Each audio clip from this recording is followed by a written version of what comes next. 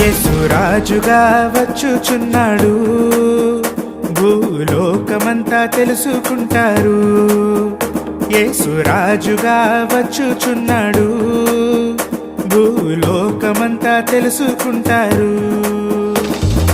రవికోటి తేజుడు రమ్యమైన దేవుడు, రవికోటి తేజుడు రమ్యమైన దేవుడు, రారాజుగా వచ్చుచున్నాడు, రారాజుగా వచ్చుచున్నాడు. యేసురాజుగా వచ్చుచున్నాడు, భూలోకమంతా తెలుసుకుంటాడు.